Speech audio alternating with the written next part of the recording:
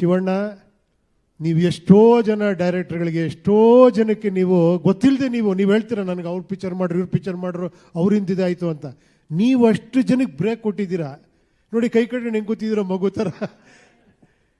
ಈ ಸಿನಿಮಾ ಎಲ್ಲ ನಾವು ಮಾಡಿದ್ದು ಮೇಯ್ನ್ ಕಾರಣ ನೀವು ಗುರುವೆ. ಇದು ನಿಮ್ಮ ಸಿನಿಮಾ, ನಾವೆಲ್ಲ ನಿಮ್ಮ ಜೊತೆಲೇ ಇದ್ದೀವಿ.